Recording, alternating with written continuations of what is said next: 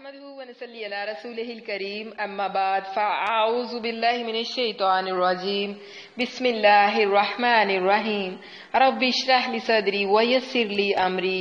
واحلل عقدة من لساني يفقهوا قولي رب يسر ولا تعسر وتمم بالخير آمین۔ السلام علیکم ورحمۃ اللہ وبرکاتہ۔ کیسی ہیں آپ سب؟ دعا ہے اللہ سبحانہ و تعالی ہم سب کو صحت اور ایمان کی بہترین حالت پہ رکھے، آمین۔ باب کا نمبر ہے 61، حدیث کا نمبر ہے 1297۔ باب ما جاء فی بیع جلود المیتۃ والاسنام، مردہ جانوروں کی کھالیں اور بتوں کو بیچنے کے بیان میں۔ عن جابر ابن عبداللہ انہ سمع رسول اللہ صلی اللہ علیہ وسلم عام الفتح وہو بمکہ یقول، روایت ہے حضرت جابر بن عبداللہ رضی اللہ عنہما سے، کہتے ہیں سنا میں نے رسول اللہ صلی اللہ علیہ وسلم سے جس سال مکہ فتح ہوا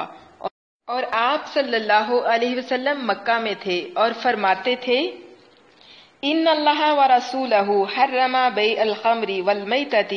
والخنزیر والاسنام، کہ بے شک اللہ تعالیٰ نے اور اس کے رسول نے حرام کر دیا ہے شراب کا بیچنا، مردار کا بیچنا، خنزیر کا بیچنا اور بتوں کا بیچنا۔ فقیلا، پس کہا گیا یا رسول اللہ کے رسول صلی اللہ علیہ وسلم، ارأیت شحوم المیتۃ، کیا خیال ہے آپ کا مردار کی چربی کے بارے میں؟ فإنہ یتلی بها السفن ویدہن بها الجلود، بے شک اس کے ساتھ کشتیوں کو تلا کیا جاتا ہے، ویدہن بها الجلود، اور اس کے ساتھ چمڑوں کو چکنا کیا جاتا ہے، ویستسبح بها الناس، اور لوگ اس سے چراغ جلاتے ہیں۔ قال، فرمایا آپ صلی اللہ علیہ وسلم نے، لا، نہیں، ہوا حرام، سب کچھ حرام ہے۔ ثم، پھر کالا، فرمایا یعنی چربی کے بارے میں بولا کہ اس کی چربی جو ہے مردار کی وہ حرام ہے۔ ثم، پھر قالا رسول اللہ صلی اللہ علیہ وسلم، پھر فرمایا اللہ کے رسول صلی اللہ علیہ وسلم نے، عند ذالک، اسی بات کے بارے میں، قاتل اللہ الیہود، مارے اللہ یہودیوں کو، ان اللہ حرم علیہم الشحوم فاجملوہ ثم باعوہ فاقلوا ثمنہ، کہ مار ہو اللہ کی یہود پر کہ جب اللہ تعالیٰ نے حرام کیا ان پر چربیوں کو تو انہوں نے اس کو پگھلایا، پھر اس کو بیچا اور اس کی قیمت کھا لی۔ یہ جو حدیث ہے اس کی سند صحیح ہے۔ اس باب میں حضرت عمر، حضرت ابن عباس رضی اللہ عنہما سے بھی روایت ہے۔ کہا ابو عیسیٰ رحمہ اللہ نے، حدیث حضرت جابر رضی اللہ عنہ کی حسن ہے، صحیح ہے، اور اسی پر عمل ہے اہل علم کے نزدیک۔ یہود نے چربی کو پگھلا کر بیچنا شروع کیا اور گویا ایک ہیلا نکالا اس کے حلال ہونے کے لیے۔ اللہ تعالیٰ نے ہم پر شحوم کو حرام کیا ہے، اور یہ پگھلی ہوئی شحم تو نہیں، اس لیے کہ عرب میں پگھلی ہوئی چربی کو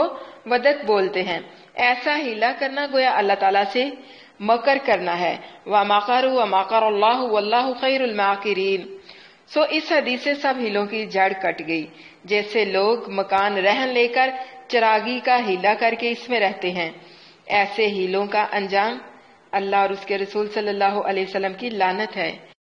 باب کا نمبر ہے 62۔ باب ما جاء فی کراہیت الرجوع فی الہبۃ، کوئی چیز ہبہ کر کے واپس لینے کی کراہت کے بیان میں، یعنی کسی کو تحفہ یا گفٹ دے کر اس سے واپس لینے کے بیان میں۔ عن ابن عباس رضی اللہ عنہما ان رسول اللہ صلی اللہ علیہ وسلم قال، روایت ہے ابن عباس رضی اللہ عنہما سے کہ رسول اللہ صلی اللہ علیہ وسلم نے فرمایا، لیسا لنا مثل السوء، ہمارے لیے بری کہاوت نہیں ہے، یعنی ہمیں ایسا کام نہیں کرنا چاہیے کہ جس کے بارے میں بری کہاوت ہو یا جسے برا کہا جاتا ہو۔ العائد فی ہبتہ کالکلب یعود فی قیئہ، ہبہ دے کر یا گفٹ دے کر یا تحفہ دے کر واپس لینے والا، لوٹا لینے والا، اس کی مثال اس کتے کے جیسی ہے جو قے کرتا ہے اور پھر اپنی قے کو خود ہی کھا لیتا ہے۔ اس کی سند جو ہے یہ صحیح ہے۔ اس باب میں حضرت ابن عمر رضی اللہ عنہما سے بھی روایت ہے کہ وہ نبی کریم صلی اللہ علیہ وسلم سے روایت کرتے ہیں، آپ صلی اللہ علیہ وسلم نے فرمایا، حلال نہیں کسی کو کہ دے کسی کو کچھ اور پھر لے لے اس سے، مگر باپ کو درست ہے کہ جو چیز دے وہ اپنے بیٹے کو تو چاہے پھر لے لے اس سے۔ روایت کی ہم سے یہ محمد بن بشار نے، انہوں نے ابن ابی عدی سے، انہوں نے حسین معلم سے، انہوں نے عمرو بن شعیب سے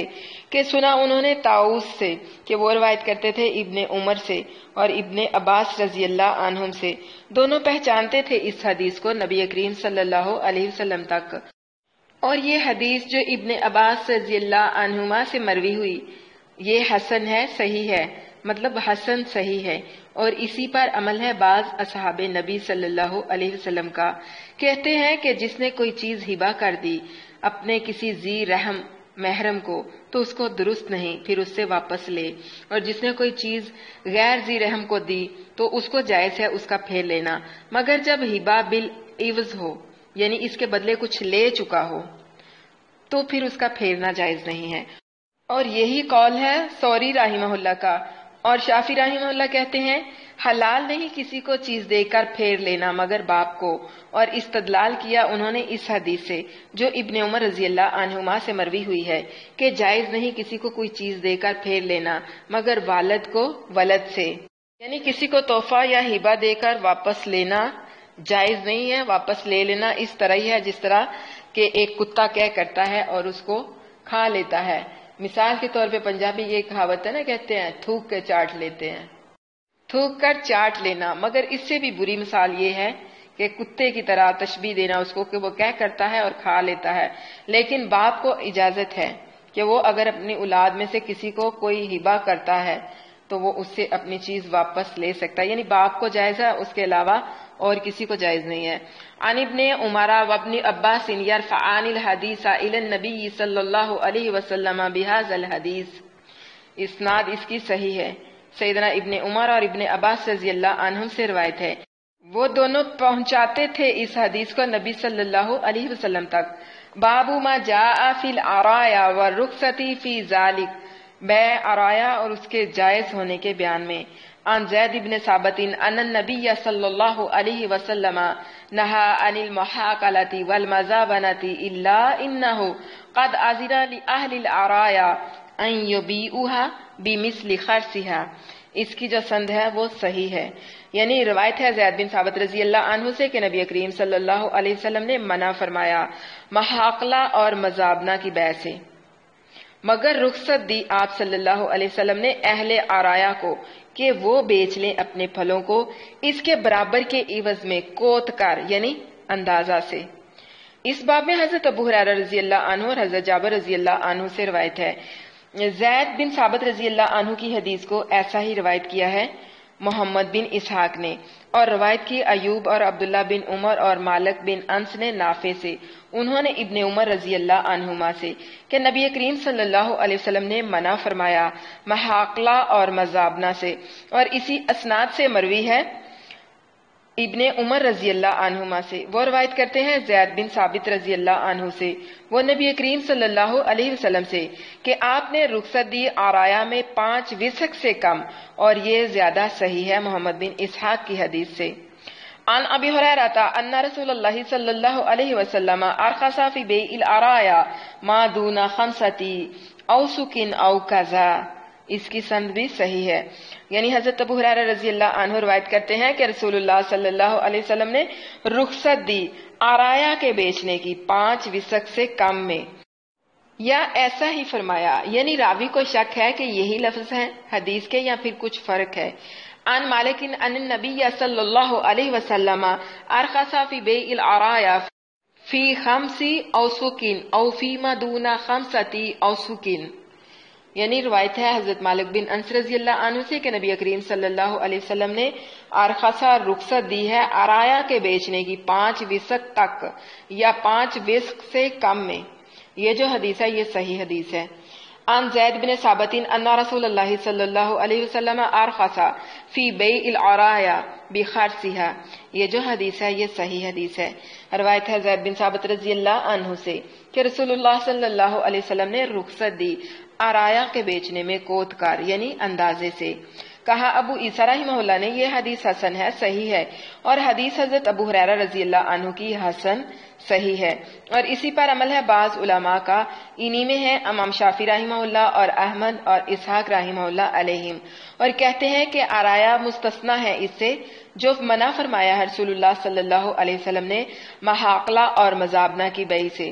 اور دلیل لائے ہیں اس پر حدیث حضرت زید بن ثابت اور حضرت ابو ہریرہ رضی اللہ عنہ کی، یعنی ابھی جو یہاں پر مذکور ہوئی ہیں، اور کہتے ہیں یعنی شافعی اور احمد اور اسحاق رحمہ اللہ علیہم کہ صاحب آرایا کو جائز ہے کہ بیچ لے اپنے پھلوں کو جو 5 وسق سے کم ہوں، اور وجہ اس کے جائز ہونے کی بعض علماء کے نزدیک یہ ہے کہ رسول اللہ صلی اللہ علیہ وسلم نے ان کے لیے آسانی اور راحت چاہی، اس لیے کہ اصحاب ارایا نے شکایت کی کہ ہم کو اتنا میسر نہیں ہے کہ ہم تازہ پھل کھجور وغیرہ کو خرید سکیں مگر پرانی کھجوروں سے، تو آپ صلی اللہ علیہ وسلم نے ان کو اجازت دی 5 وسق سے کم میں کہ خرید لیا کریں وہ پرانی کھجوروں سے تازہ پھلوں کو اور کھایا کریں تازہ پھل۔ عن الولید بن کثیر ثنا بشیر بن یسار مولا بنی حارثہ ان رافع بن خدیج وسهل بن ابی حسمة حدثه ان رسول اللہ صلی اللہ علیہ وسلم نہى عن بیع المزابنة السمر بالتمر الا لاصحاب الارایا فانه قد اذن لهم وعن بیع العنب بالزبیب وعن کل ثمر بخرسها۔ یہ جو حدیث ہے یہ صحیح ہے، روایت ہے ولید بن کثیر سے، کہا انہوں نے بیان کیا ہم سے بشیر بن یسار نے جو مولا ہے بنی حارثہ کے کہ رافع بن خدیج اور سہل بن ابی حسمہ دونوں نے روایت کی کہ رسول اللہ صلی اللہ علیہ وسلم نے منع فرمایا بیع مزابنہ سے، یعنی تمروں کے عوض میں جو زمین پر ہیں درختوں کا ثمر بیچنے سے، مگر صاحب ارایا کے لیے تو ان کے لیے اجازت دی آپ نے، اور منع فرمایا انگور تر کو خشک انگور کے عوض بیچنے سے، اور ہر پھل کو بیچنے سے کوت کر، یعنی ایک جنس کے پھلوں کو کوت کر بیچنے سے منع فرمایا کہ اگر کیل اور وزن کر کے بیچیں تو پھر درست ہے، یعنی ماپ کر یا وزن کر کے بیچیں پھر درست ہے۔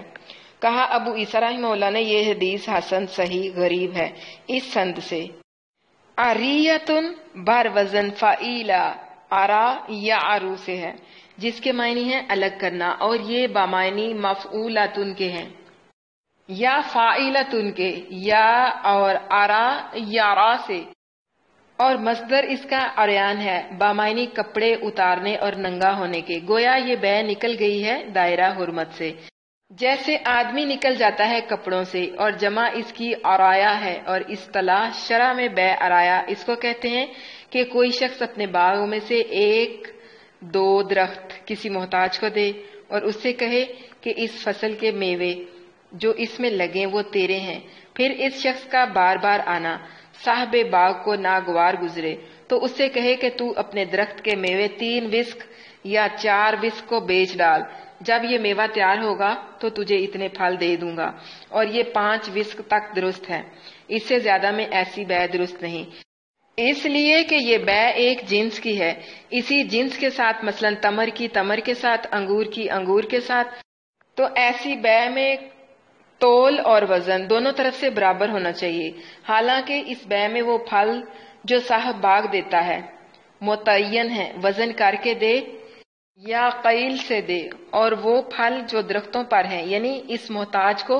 وہ کوتے ہوئے ہیں، اندازہ کیے ہوئے ہیں، نہ ناپے نہ تولے، اور یہ بیع مزابنہ ہے، اور مزابنہ درست نہیں مگر انہی درختوں میں جو عاریتاً کسی محتاج کو پھل کھانے کو دیے ہیں، یعنی بیچ آرایا میں۔ اور امام مالک رحمہ اللہ سے مروی ہے کہ اس کو آرایا اس لیے کہتے ہیں کہ وہ صاحب باغ درختوں کو مجرد اور ننگا کر دیتا ہے دوسروں کے واسطے، یعنی اس کے پھل دوسروں کو دیتا ہے، اور وسق 60 سا کا ہوتا ہے، اور سا میں قریب 4 سیر غلہ کے سماتا ہے۔ باب ما جاء فی کراہیت النجش، نجش کے حرام ہونے کے بیان میں۔ نجش کے معنی لغت میں جانور وحشی کو ایک جگہ سے دوسری جگہ بھگانا، اور شرعی معنی اس کے مصنف کے کلام میں ہے، اور مروی ہے کہ نجش کرنے والا سود خور ہے۔ عن ابی ہریرہ قال قال رسول اللہ صلی اللہ علیہ وسلم وقال قتيبة يبلغ به النبي صلی اللہ علیہ وسلم قال لا تناجشوا. یہ جو حدیث ہے یہ صحیح حدیث ہے، یعنی حضرت ابو ہریرہ رضی اللہ عنہ روایت کرتے ہیں، کہا فرمایا رسول اللہ صلی اللہ علیہ وسلم نے، اور قتیبہ نے اپنی روایت میں کہا حضرت ابو ہریرہ رضی اللہ عنہ نے پہنچاتے ہیں نبی کریم صلی اللہ علیہ وسلم تک کہ فرمایا آپ صلی اللہ علیہ وسلم نے نجش نہ کرو. اس باب میں ابن عمر اور حضرت انس رضی اللہ عنہم سے بھی روایت ہے. حدیث ابو ہریرہ رضی اللہ عنہ کی حسن ہے، صحیح ہے، اور اسی پر عمل ہے اہل علم کا کہ نجش حرام ہے. اور نجش اسے کہتے ہیں کہ ایسا شخص جو بصارت رکھتا ہو کسی چیز کو خوب اچھا برا پہچاننے کی، اور وہ اس چیز کے بیچنے والے کے پاس آ کر اس سے بھاؤ تاؤ کرنے لگے اور اس چیز کی قیمت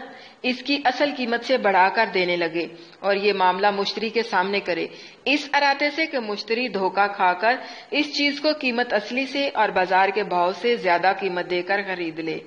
یہ معاملہ اکثر دلال کیا کرتے ہیں، اور اسی طرح 5 روپے کی چیز 10 روپے میں بکوا دیتے ہیں، اور یہ ایک قسم کا فریب ہے. شافعی رحمہ اللہ نے کہا اگر کوئی شخص نجش کرے تو وہی گناہگار ہے اور بیع جائز ہے، اس لیے کہ بائع نجش کرنے والا نہیں. باب ما جاء فی الرجحان فی الوزن، تولنے میں جھکاؤ کے بیان میں. باب کا نمبر ہے 65. عن سوید بن قیس قال، روایت ہے سوید بن قیس سے، انہوں نے کہا جلبت انا ومخرفۃ العبدی بزم من حجر فجاءنا النبی صلی اللہ علیہ وسلم فساوامنا بسراویل وَإِنْدِي وَزَّانٌ يَزِنُ بِالْأَجْرِ فَقَالَ النَّبِيُّ صلی اللہ علیہ وسلم لِلْوَزَّانِ زِن وَأَرْجِحْ. اس کی جو سند ہے یہ صحیح ہے. روایت ہے سوید بن قیس سے، انہوں نے کہا بیچنے کو لایا میں اور مخرفہ عبدی کپڑا حجر سے، اور حجر جو ہے یہ ایک مقام کا نام ہے، تو تشریف لائے اللہ کے نبی صلی اللہ علیہ وسلم ہمارے پاس، اور مول کیا ہم سے ایک پجامے کا، اور میرے پاس تولنے والا تھا کہ مزدوری پر تولتا تھا. سو فرمایا نبی کریم صلی اللہ علیہ وسلم نے اس تولنے والے سے کہ تول اور جھکتی ڈنڈی کے ساتھ تول، مطلب جھکاؤ کو تھوڑا نیچا رکھنا. اس باب میں حضرت جابر اور حضرت ابو ہریرہ رضی اللہ عنہما سے بھی روایت ہے. کہا ابو عیسیٰ رحمہ اللہ نے حدیث سوید رضی اللہ عنہ کی حسن صحیح ہے، اور علماء نے مستحب کہا ہے ذرا جھکتی ہوئی ڈنڈی کے ساتھ تولنے کو، یعنی دیتے وقت. اور روایت کی شعبہ نے یہی حدیث سماک سے، انہوں نے ابو صفوان سے، اور ذکر کیا اسی حدیث کو. باب ما جاء فی انذار المؤسر والرفق به. باب کا نمبر ہے 66. تنگ دست مقروض کو مہلت دینے اور اس کے ساتھ نرمی کرنے کے بیان میں. عن ابی ہریرہ قال قال رسول اللہ صلی اللہ علیہ وسلم، روایت ہے حضرت ابو ہریرہ رضی اللہ عنہ سے، انہوں نے کہا فرمایا رسول اللہ صلی اللہ علیہ وسلم نے من انذر موسرا او ودع له، جس نے مہلت دی تنگ دست قرضدار کو یا اس کے قرض کو چھوڑ دیا، اذلہ اللہ یوم القیامت تحت ظل عرشہ، تو اللہ تعالیٰ اس کو جگہ دے گا اپنے عرش کے سائے تلے، یوم لا ظل الا ظلہ، اس دن کوئی سایہ نہیں ہوگا سوائے اس کے. یہ جو حدیث ہے یہ صحیح ہے. اس باب میں ابو الیسر اور ابو قتادہ اور حذیفہ اور مسعود اور عبادہ رضوان اللہ علیہم اجمعین سے روایت ہے. کہا ابو عیسیٰ رحمہ اللہ نے حدیث حضرت ابو ہریرہ رضی اللہ عنہ کی حسن صحیح ہے، غریب ہے اس سند سے. عن ابی مسعود قال قال رسول اللہ صلی اللہ علیہ وسلم، روایت ہے ابو مسعود رضی اللہ عنہ سے، کہا فرمایا رسول اللہ صلی اللہ علیہ وسلم نے حسب رجل ممن کان قبلکم، حساب کیا گیا ایک شخص کا، یعنی عالم برزخ میں، ان لوگوں میں سے جو تم سے پہلے تھے. فلم یوجد لہ من الخیر شیء، سو نہ پائی اس کی کوئی نیکی مگر الا انہ کانا رجل مسرا فکانا یخالط الناس فکانا یامر غلمانہ ان یتجاوزوا عن المؤسر، یعنی اتنی نیکی کہ وہ آدمی امیر تھا اور لین دین کرتا لوگوں سے، تو حکم دیتا اپنے غلاموں کو کہ معاف کرتے رہو تنگ دست قرضدار کو. فقال اللہ عز وجل نحن احق بذلک منہ تجاوزوا عنہ. فرمایا اللہ تعالی جل شانہ نے ہم کو پہلے سے معاف کرنا چاہیے، معاف کر دو اس کو، یعنی فرشتوں سے فرمایا کہ اس کو چھوڑ دو. یہ حدیث جو ہے یہ حسن صحیح ہے. باب ما جاء فی مطل الغنی ظلم.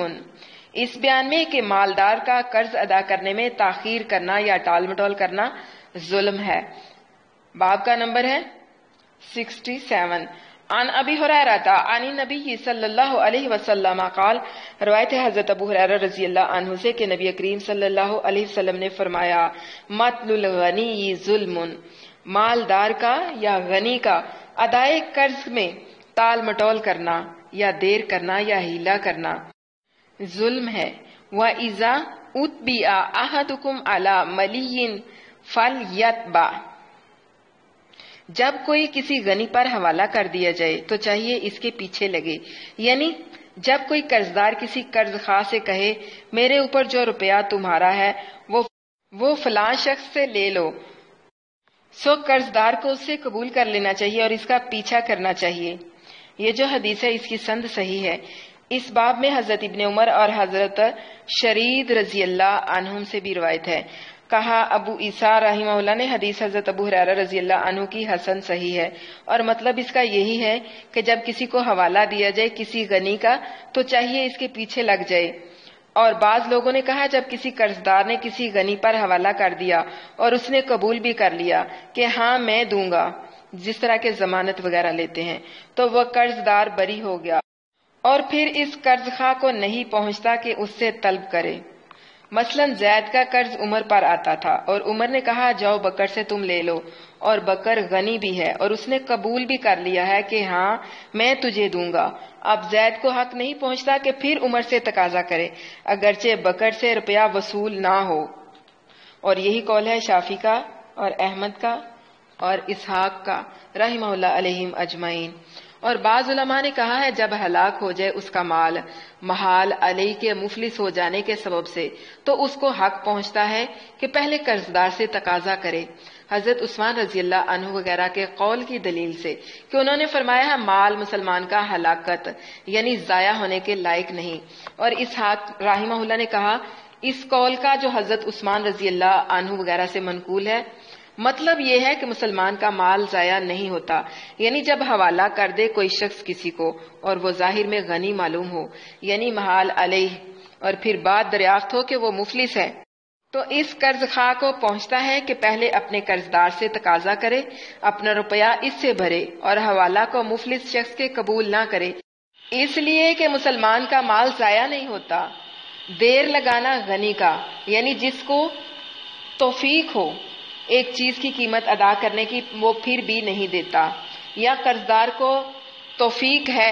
قرض ادا کرنے کی وہ پھر بھی تاخیر کرتا ہے، یہ ظلم ہے.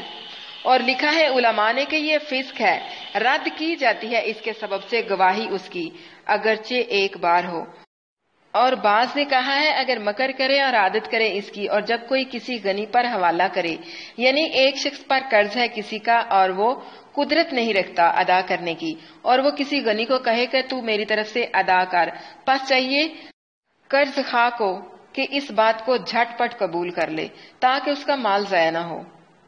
عن ابن عمر عن النبی صلی اللہ علیہ وسلم قال. روایت ہے ابن عمر رضی اللہ عنہما سے، وہ روایت کرتے ہیں نبی کریم صلی اللہ علیہ وسلم سے مطل الغنی ظلم کہ مالدار کا ٹال مٹول کرنا ظلم ہے. وَإِذَا أُهِلْتَ عَلَى مَلِيٍّ فَاتْبَعَهُ وَلَا تَبِعْ بَيْعَتَيْنِ فِي بَيْعَةٍ. یہ جو حدیث ہے یہ صحیح ہے. نبی کریم صلی اللہ علیہ وسلم نے فرمایا مالدار کا ٹال مٹول کرنا ظلم ہے، اور جب تجھے کسی مالدار کا حوالہ دیا جائے تو اس کے پیچھے لگ جا اور تو ایک بیع میں دو بیع نہ کر، یعنی ایک سودے میں دو سودے نہ کر. باب ما جاء فی المنابذۃ والملامسہ. بیع منابذہ اور ملامسہ کے بیان میں. باب کا نمبر ہے 68. عن ابی ہریرہ قال روایت ہے حضرت ابو ہریرہ رضی اللہ عنہ سے، نہا رسول اللہ صلی اللہ علیہ وسلم، کہا منع فرمایا رسول اللہ صلی اللہ علیہ وسلم نے، عن بیع المنابذۃ والملامسہ، بے منابذہ اور بے ملامسہ سے۔ یہ جو حدیث ہے یہ صحیح حدیث ہے۔ اس باب میں حضرت ابو سعید اور حضرت ابن عمر رضی اللہ عنہم سے بھی روایت ہے۔ کہا ابو عیسیٰ رحمہ اللہ نے، حدیث حضرت ابو ہریرہ رضی اللہ عنہ کی حسن صحیح ہے، اور بے منابذہ یہ ہے کہ ایک شخص دوسرے سے یہ کہے کہ جب میں تیری طرف کوئی چیز پھینکوں تو سودا لازم ہو جائے گا، یعنی بے لازم ہو گئی میرے اور تیرے بیچ میں۔ اور بے ملامسہ یہ تھی کہ کوئی کہے جب میں کوئی چیز چھو لوں تو بے واجب ہو گئی، اگرچہ مبیع کو اس نے دیکھا بھی نہ ہو، مثلا مبیع تھیلے وغیرہ میں ہو۔ اور یہ بے آتینی زمانہ جاہلیت کی تھی تو آپ نے اس سے منع کر دیا۔ منابذہ نبض سے ہے، نبض پھینکنے کو کہتے ہیں۔ ایام جاہلیت میں یہ دستور تھا کہ جب ایک نے ایک چیز کسی کے پاس پھینک دی اور اس نے بھی اپنی چیز اس کے پاس پھینک دی تو یہ بیع ہو گئی۔ اس میں کچھ ایجاب اور قبول نہیں ہوتا تھا کہ بائع کہے میں نے بیچا اور مشتری کہے میں نے خریدا۔ ایک بچوں کا کھیل تھا، آپ نے اس سے منع فرمایا۔ اور ملامسہ لمس یعنی چھونے سے ہے، یہ بھی ایام جاہلیت میں تھا کہ جہاں ایک نے دوسرے کی چیز چھو دی، رات ہو یا دن، پھر نہ اس کو دیکھنا، نہ بھالنا، نہ کھولنا، نہ موندنا، آنکھیں بند کر کے اس کو لے لینا پڑتا تھا۔ یہ بھی ایک بچوں کا کھیل آنکھ مچولی اسی کے جیسا ہے، اس سے بھی منع فرمایا۔ بابو ما جاء فی السلفی فی الطعام والثمر، غلہ اور پھل کی پیش کی قیمت ادا کرنے کے بیان میں۔ باب کا نمبر ہے 69۔ عن ابن عباس رضی اللہ عنہما قال، روایت ہے حضرت ابن عباس رضی اللہ عنہما سے، کہا قادم رسول اللہ صلی اللہ علیہ وسلم، جب تشریف لائے اللہ کے رسول صلی اللہ علیہ وسلم، المدینہ تھا مدینہ میں، وہم یسلفون فی الثمر فقال، تو وہاں لوگ پیشگی روپیہ دیتے تھے پھلوں کے خریدنے کو۔ پس فرمایا آپ صلی اللہ علیہ وسلم نے، من اسلف ولیسلف فی قیل معلوم ووزن معلوم الی اجل معلوم، کہ جو پیشگی روپیہ لے کسی پھل کے لیے تو چاہیے کہ ان پھلوں کا وزن اور قیل مقرر کر لے اور مدت بھی مقرر کرے کہ اتنے سیر گیہوں مثلا یا اتنے قیل 4 یا 5 مہینے میں لوں گا۔ اس باب میں ابن ابی اوفا اور عبد الرحمن بن ابزہ رضی اللہ عنہما سے بھی روایت ہے۔ کہا ابو عیسیٰ رحمہ اللہ نے، حدیث ابن عباس رضی اللہ عنہما کی حسن صحیح ہے، اور اسی پر عمل ہے علماء کے نزدیک صحابہ وغیرہ سے کہ جائز کہتے ہیں پیشگی روپے دینے کو غلہ یا کپڑا وغیرہ لینے کے لیے، ان چیزوں میں جس کی حد اور صفت معلوم کر سکیں۔ اور اختلاف ہے پیشگی دینے میں جانور خریدنے کو، سو بعض نے جائز کہا ہے، اور یہی قول ہے شافعی اور احمد اور اسحاق رحمہ اللہ کا، اور بعض علماء وغیرہ نے کہا پیشگی حوان کے لیے درست نہیں، اور یہی قول ہے سفیان ثوری اور اہل کوفہ کا۔ باب ما جاء فی ارض المشترک یرید بعضهم بیع نصیبہ، اس بیان میں کہ مشترک زمین میں سے کوئی اپنا حصہ بیچنا چاہے۔ باب کا نمبر ہے 70۔ عن جابر ابن عبداللہ ان نبی اللہ صلی اللہ علیہ وسلم قال، روایت ہے جابر بن عبداللہ رضی اللہ عنہما سے کہ اللہ کے نبی صلی اللہ علیہ وسلم نے فرمایا، من کان لہ شریک فی حائط فلا یبیع نصیبہ من ذلک حتی یعرضہ علی شریکہ، کہ نبی کریم صلی اللہ علیہ وسلم نے فرمایا جو کوئی شریک ہو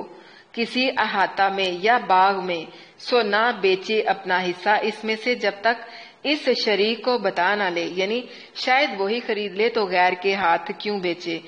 مثال کے طور پر ایک گھر کے 2 مالک ہوں تو ان میں سے کسی ایک کو اختیار نہیں ہے کہ کسی کو چیز بیچ دے۔ سب سے پہلا حق اس کے ساتھی کا ہے جو اس کے ساتھ اس میں شریک ہے، وہ پہلے اپنے ساتھی کو بتائے اور پھر اس کے بعد کسی دوسرے کو۔ ساتھی کو بتانے کا مطلب یہ ہے کہ اس کا پہلا حق اس کے ساتھی کا بنتا ہے، ہو سکتا ہے کہ وہ خرید لے اس سے، جب کہ اس کا ساتھی اس سے خرید لے گا تو پھر دوسروں کو دینے کی نوبت نہیں آئے گی۔ اس حدیث کی اسناد متصل نہیں، سنا میں نے محمد بخاری رحمہ اللہ سے کہتے تھے کہ سلمان یشکری نے وفات پائی جابر بن عبداللہ رضی اللہ عنہما کی حیات میں، اور ان سے کچھ سنا نہیں قتادہ نے اور نہ ابو البشر نے۔ کہا محمد نے ہم نہیں جانتے کہ کسی کو سما ہو ان میں سے سلمان یشکری سے، ماں سوائے عمرو بن دینار کے، کہ اس نے شاید سنا ہو ان سے جابر بن عبداللہ رضی اللہ عنہما کی زندگی میں۔ اور کہا محمد نے قتادہ روایت کرتے ہیں سلمان یشکری کی کتاب سے، اور سلمان کی ایک کتاب تھی، اس میں وہ حدیثیں لکھی تھی جو مروی تھی جابر بن عبداللہ رضی اللہ عنہما سے۔ سو کہا علی بن مدینی نے، کہا یحییٰ بن سعید نے، کہا سلمان تمیمی نے، لے گئے صحیفہ جابر بن عبداللہ رضی اللہ عنہما کا حسن بصرہ کے پاس، سو لے لیا انہوں نے اس کو، یا کہا پس رد نہ کیا اس کو، سو لے گئے لوگ اس کو قتادہ کے پاس، سو روایت کی اس سے، پھر لائے وہ صحیفہ میرے پاس، سو میں نے نہیں روایت کی اس سے۔ روایت کی ہم سے ابو بکر عطار نے، انہوں نے علی بن مدینی سے۔ باب ما جاء فی المخابرات والمعاومات،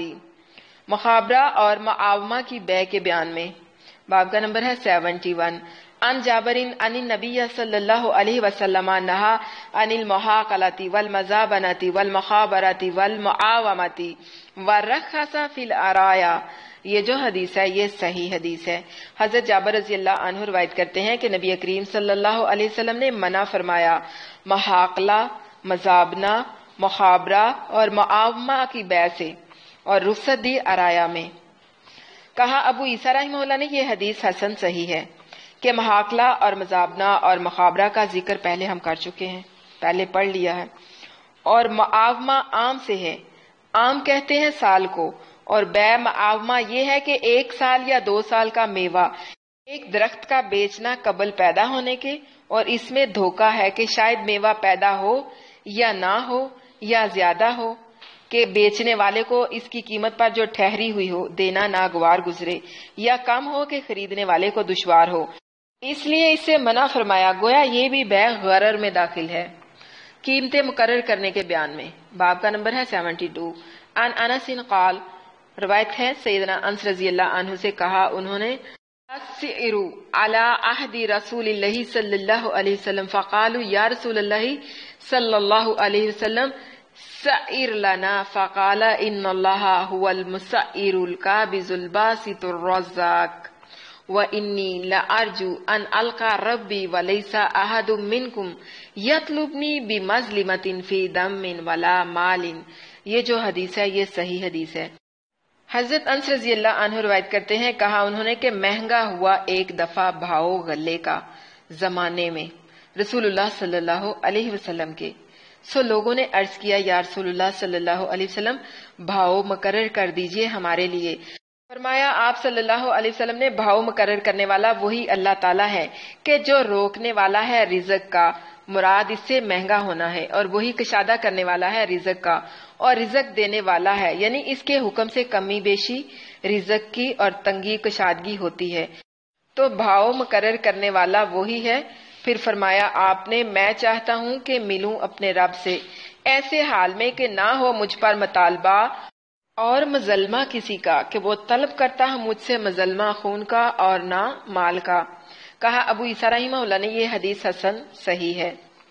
باب ما جاء فی کراہیت الغشی فی البیوع، اس بیان میں کہ بیع میں دغا بازی کرنا حرام ہے۔ باب کا نمبر ہے 73۔ عن ابی ہریرہ ان رسول اللہ صلی اللہ علیہ وسلم مر علی صبرۃ من طعام، روایت ہے حضرت ابو ہریرہ رضی اللہ عنہ سے کہا کہ رسول اللہ صلی اللہ علیہ وسلم گزرے ایک غلے کے ڈھیر پر، فادخل یداہ فیہا، پس آپ صلی اللہ علیہ وسلم نے اپنا ہاتھ ڈالا اس میں،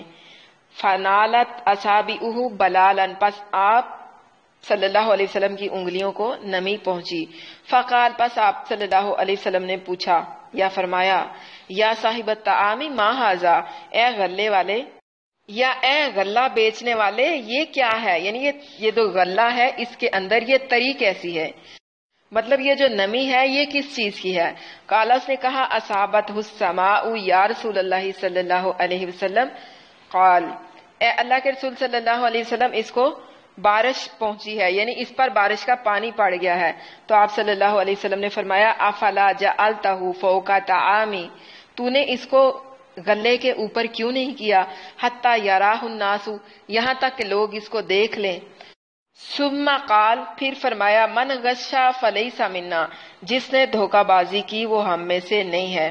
اس باب میں ابن عمر اور ابو الحمراء اور ابن عباس اور بریدہ اور ابو بردہ بن نیار اور حذیفہ بن یمان رضوان اللہ علیہم اجمعین سے بھی روایت ہے۔ کہا ابو عیسیٰ رحمہ اللہ نے حدیث حضرت ابو ہریرہ رضی اللہ عنہ کی حسن صحیح ہے، اور اسی پر عمل ہے علماء کا کہ حرام ہے دھوکہ بازی کرنا، دغا دینا، یعنی بیچتے وقت کسی عیب کو چھپانا حرام ہے۔ ما جاء فی استقراض البعیر او الشیء من الحیوان، اونٹ یا اور کوئی جانور قرض کے طور پر لینے کے بیان میں باب کا نمبر ہے 74۔ عن ابی ہریرہ قال استقرض رسول اللہ صلی اللہ علیہ وسلم سنا فآتاہ سنا خیرا من سنہ وقال، روایت ہے حضرت ابو ہریرہ رضی اللہ عنہ سے کہ نبی کریم صلی اللہ علیہ وسلم نے قرض لیا ایک جوان اونٹ، سو ادا کیا ایک اونٹ بہتر اس اونٹ سے، اور فرمایا خیارکم احاسنکم قضاء، جو بہتر ہے وہ قرض خوب اچھی طرح ادا کرتے ہیں۔ یہ صحیح حدیث ہے۔ اس باب میں ابو رافع سے بھی روایت ہے۔ کہا ابو عیسیٰ رحمہ اللہ نے حدیث حضرت ابو ہریرہ رضی اللہ عنہ کی حسن صحیح ہے، اور روایت کی شعبہ اور سفیان نے سلمہ سے، اور اسی پر عمل ہے بعض اہل علم کا کہ کچھ مذائقہ نہیں دیکھتے ہیں اونٹ کے قرض لینے میں، اور یہی قول ہے شافعی اور احمد اور اسحاق رحمہ اللہ علیہم کا، اور مکروہ کہا ہے اسے بعض لوگوں نے۔ عن ابی ہریرہ ان رجلا تقاضى رسول اللہ صلی اللہ علیہ وسلم فاغلظ له فهم به اصحابه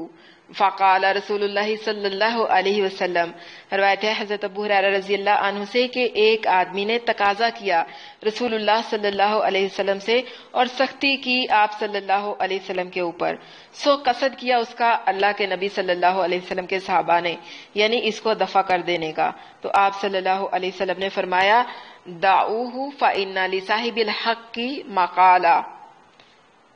چھوڑ دو اس کو، جس کا حق کسی پر ہوتا ہے تو وہ ایسی ہی باتیں کرتا ہے۔ وقال، اور فرمایا آپ صلی اللہ علیہ وسلم نے اشتروا لہ بعیرا، خرید دو اس کو ایک اونٹ اور دے دو اس کو، فاعطوہ ایاہ، پس دے دو اس کو، فطلبوہ فلم یجدوا، پس انہوں نے تلاش کیا پس نہ ملا، الا سنا افضل من سنتی، اس کے اونٹ سے زیادہ بہتر اونٹ نہ ملا۔ فقال، پس آپ صلی اللہ علیہ وسلم نے فرمایا اشتروہ فاعطوہ ایاہ، کہ اس کو اسی کا اونٹ خرید کر دے دو۔ فإن خیرکم احسنکم قضاء، اس لیے کہ تم میں سے جو لوگ نیک ہیں وہ قرض ادا کرنے میں اچھی چیز دیتے ہیں۔ یعنی حضرت ابو ہریرہ رضی اللہ عنہ روایت کرتے ہیں کہ ایک مرد نے تقاضا کیا رسول اللہ صلی اللہ علیہ وسلم سے اور سختی کی آپ صلی اللہ علیہ وسلم پر، سو ارادہ کیا صحابہ نے یعنی اس کے دفع کر دینے کا، تو رسول اللہ صلی اللہ علیہ وسلم نے فرمایا چھوڑ دو اس کو، جس کا حق ہوتا ہے کسی پر تو وہ ایسی ہی باتیں کرتا ہے، اور فرمایا آپ صلی اللہ علیہ وسلم نے خرید دو اس کو ایک اونٹ اور دے دو اس کو، سو وہ تلاش کرتے رہے اور مگر انہیں اس سے اچھا اونٹ نہ ملا، تو آپ صلی اللہ علیہ وسلم نے فرمایا کہ وہی اونٹ اس کو خرید دو اور دے دو اس کو، اس لیے کہ تم میں جو نیک لوگ ہیں وہ قرض ادا کرنے میں اچھی چیز دیتے ہیں، یعنی جب قرض کسی کا ادا کرو تو اسے اچھے طریقے سے اچھی چیز دو۔ روایت کی ہم سے محمد بن بشار نے، انہوں نے محمد بن جعفر سے، انہوں نے شعبہ سے، انہوں نے سلمہ بن قہیل سے اسی حدیث کی مانند۔ کہا ابو عیسیٰ رحمہ اللہ نے یہ حدیث حسن صحیح ہے۔ عن ابی رافع مولا رسول اللہ صلی اللہ علیہ وسلم قال، روایت ہے ابو رافع سے جو مولا ہے رسول اللہ صلی اللہ علیہ وسلم کے، کہا